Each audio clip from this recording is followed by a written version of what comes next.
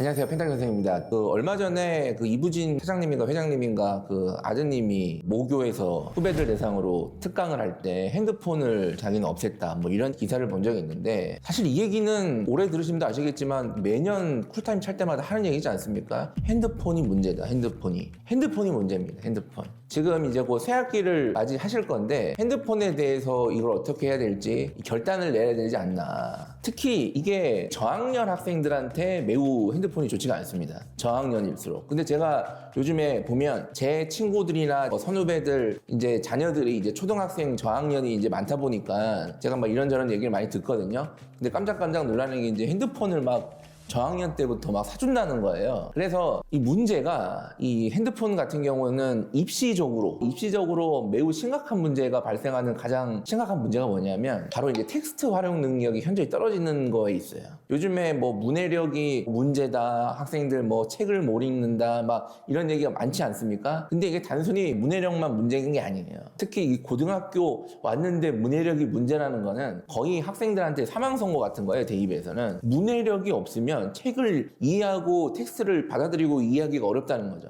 그러면 단순하게 이게 국어만 문제가 있는 게 아닙니다. 당연히 국어는 아예 다이렉트 문제고, 영어도 요즘 우리나라 영어, 입시 영어는 사실은 영어라기보다는 국어에 가까운 영어거든요, 사실은. 그러니까 문해력이 없으면 영어가 해결이 안 돼요. 그리고 인문계열 학생들은 사회교과가 다 기본적으로 텍스트 기반 문해력이 필요한 과목들입니다. 국어, 영어, 사회가 딱 그런 과목들이고, 뭐 자연계는 뭐 수학만 잘하면 되지 않냐. 근데 수학도 문해력이 필요합니다. 태어날 때부터 뭐 숫자가 입력이 돼 있는 게 아니잖아요. 뭐 개념을 공부한다거나 아니면 교과서를 확인한다거나 하면 그걸 이해를 해야 돼요. 그리고 과학 같은 경우에는 그게 더 심하죠. 뭐 지구과학이나 뭐 생명과학 같은 경우에는 더 그게 많이 필요하니까. 그래서 문해력이 떨어지면 성적 나오는 것 자체가 불가능하다. 근데 이 문해력이 떨어진 상태로 입학하는 저는 1위 원인이 책을 안 읽는 거잖아요, 근본적으로는. 근데 책을 안 읽는 그 원인이 저는 핸드폰에 있다고 봐요. 제가 예전 초등학교 때 생각을 해보면, 초등학교 때 뭐 할 수 있는 게 그때 뭐 놀이터 가서 논다거나 아니면 오락실 갔다가 이제 부모님한테 걸려가지고 이제 맞고 끌려 나온다거나 요동주지 않습니까? 뭐 컴퓨터도 그때는 있었는데 워낙 비싸니까 고가니까 사기가 좀 어렵고, 그럼 할 수 있는 게 책 읽는 것밖에 없으니까 사실 책을 많이 읽었던 것 같아요, 제 기억으로는. 그런데 요즘에 학생들은 책 읽는 시간이 현저히 적습니다. 핸드폰으로 뭔가를 해결하니까. 예전에 백과사전 기억하시죠? 집집마다 이제 백과사전 같은 게 다 있었어요. 그래서 공부하다가 궁금한 게 있으면 막 진짜 다 찾아보고 이랬는데 요즘에는 다 검색을 하면 나오고 하니까 이건 학생들의 문제라기보다는 결국 이제 성인들의 문제지, 부모님들이 문제죠. 부모님들도 집에서 책을 많이 안 읽으시잖아요. 요즘 뭐 책보다는 이제 유튜브나 영상으로 필요한 정보를 습득하는 시대이기 때문에 그렇게 하시잖아요. 근데 뭐 부모님들이 이미 이제 인생이 중반기가 넘어섰고 뭐 사실 새로 대학을 간다거나 뭐 큰 시험을 쳐야 되거나 그런 건 아니니까 그럴 수 있는데, 일찍 핸드폰을 사준 부모님, 그리고 그 부모님은 핸드폰을 가지고 주로 집에서 생활해. 그러면 그 가정에서 생활하는 학생은 당연히 핸드폰에 의존적일 수밖에 없죠. 그렇죠. 책을 안 읽는 겁니다. 그게 저학년일수록 그 문제가 되게 심각해지는 거예요. 그리고 나서 초등학교 때 그런 문제를 가지고 문해력이 안 좋다가 이제 중학교 때는 성취도 평가를 하다 보니까 뭐 얘가 생각보다 공부를 좀 하네 막 이러다가 이제 고등학교 와가지고 막 영혼도 털리고 정신도 나가다가 이제 문해력이 문제야. 그러면 그때 뭐 부랴부랴 문해력 학원을 이게 말이 안 되는 거죠. 학원 보내면 해결이 되는 게 아니잖아요. 그렇죠? 그럴 거면 그냥 초등학교, 중학교 때까지 누워있다가 고등학교 때 일어나가지고 문해력 학원 가서 대학 가면 되는 거니까. 저는 혹시 이 영상을 보시는 초등학생 부모님들 중에 핸드폰을 사줄까 말까를 고민한다는 거, 이제 애가 사달라고 조르는 거잖아요. 절대 그 부분은 타협을 하시면 안 된다. 사주신 부모님들이 문제예요. 지금 이미 사줬는데 어떡하냐. 특히 이제 중학생, 고등학생 사주는데 어떡하냐. 요즘에 학생들 핸드폰 가지고 인스타 많이 하지 않습니까? 학생들이 그거 가지고 또 막 커뮤니티나 아니면 대입 정보를 다양한 매체에서 찾아보지 않습니까? 근데 그 학생들이 주로 접속하는 아니면 주로 시청하는 그런 것들이 제가 봤을 때는 정상이 아닌 게 대부분이에요. 제가 봤을 때는. 이런 상황에서 부모님들이 정상적인 생각과 사고와 정상적인 판단을 가지고 학생들 대입 지도를 한다 하더라도 아이들은 이미 그렇게 노출되어 있는 상태면 답이 없는 거잖아요. 그래서 핸드폰 관련해서 지금 이제 2026년 3월 새학년이 시작되기 전에 제가 두 가지 이제 솔루션을 드릴 건데, 이 솔루션은 중요한 건 이제 부모님의 의지입니다. 부모님의 의지예요. 첫 번째는 그냥 없애는 겁니다. 그냥 없애요. 선생님, 없애시는 게 좋을 것 같아요. 그냥 없애야 됩니다. 이거는 결단이 필요한 거예요. 결단이. 그냥 없으면 해결이 돼요.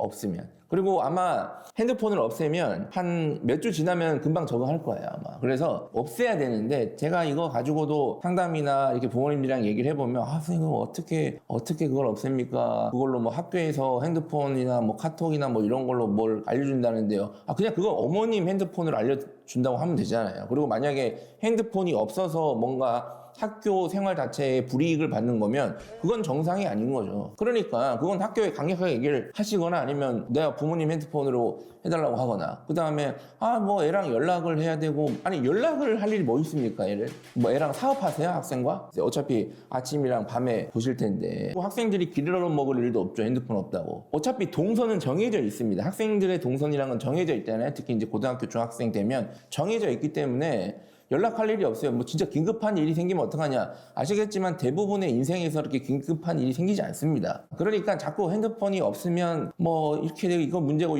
그런 것들이 뭐 실제 제가 아예 문제가 안 된다는 게 아니라 뭐 문제일 수는 있겠지만 그래서 제가 결단이 필요하다고 한 거예요. 그냥 없앱니다. 없애요 그냥. 못하겠어요. 저는 핸드폰을 없애는 게 학원 2-3개 가는 것보다 훨씬 효과가 있지 않을까라고 생각을 진지하게 하고 있습니다. 학생들, 부모님들 보면 막 우리 어떻게든 대학 잘 갔으면 하는데 핸드폰은 또 못 없애요. 그러니까 없애세요. 근데 이제 두 번째 솔루션. 진짜 못 없앤다. 선생님 얘가 없애려고 제가 이제 결단을 내려서 갔는데 진짜 가출합니다.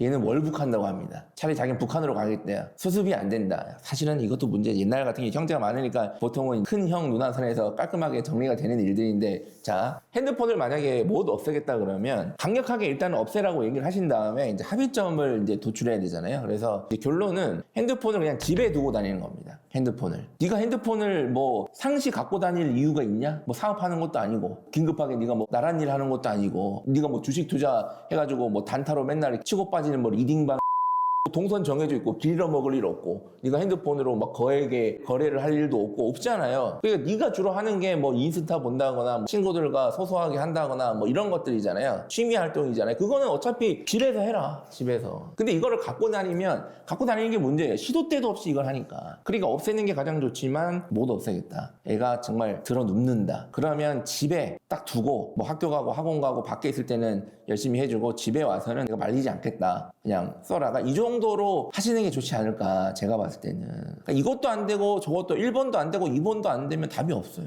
답이 없습니다. 아까 첫 부분에도 말씀드렸지만 좀 저학년인 경우에는 초등학생이 뭐 가출을 하진 않으니까 부모님을 원망하더라도 강력하게 없애고 과제나 이런 것들은 이제 노트북을 하잖아요. 그러니까 노트북은 필요해요. 요즘에 특히 고등학생들은 수행평가가 빡세기 때문에 노트북은 필요한데 노트북이랑 스마트폰 어차피 노트북으로 하는 거 아니에요? 그게 해보시면 아시겠지만 감성이 다릅니다. 감성이 달라요. 그리고 노트북은 시도 때도 없이 뭔가 꺼내서 핸드폰이랑 꺼내면 다 되잖아요 어디든. 근데 노트북은 그거보다는 휴대성이 떨어지기 때문에 훨 낫습니다. 훨 나아요. 그래서 핸드폰 없애고 뭐 노트북을 쓴다거나 태블릿도 제가 웬만하면 추천드리진 않고요. 태블릿은 휴대폰의 편리성도 아니고 노트북의 정교함도 아닌 그 어중한 거예요.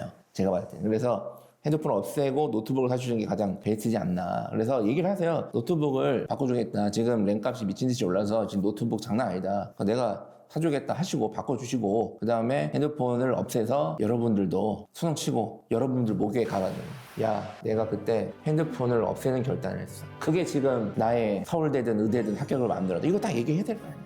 그때 가가지고. 그리고 만약에 뭐 필요하시면 부모님도 핸드폰을 없애. 그건 안 되겠죠. 네. 어쩔 수 없습니다. 왜 엄마는 핸드폰 없애면 그럼 니는 학생이고 나는 어른이니까 그럼 니도 어른 되면 그렇게 해라 이렇게 하시고 어쨌든 이번 2026년 새 학년에는 핸드폰 문제를 깔끔하게 정리하시고 시작하는 그런 한 해가 되기를 제가 강력하게 응원을 멀리서 하도록 하겠습니다. 감사합니다.